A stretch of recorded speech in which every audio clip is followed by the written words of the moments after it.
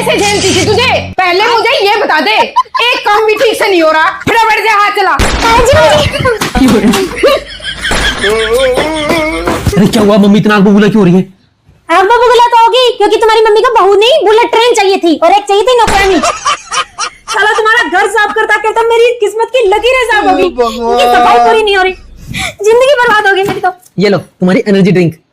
ये क्या है? ये तो दारू है।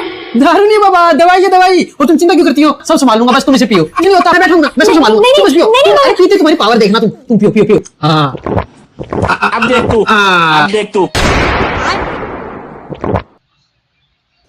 जल्दी साफ कर।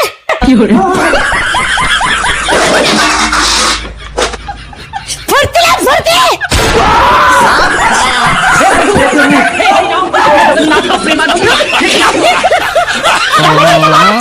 किसका क्या देखना पड़ रहा है?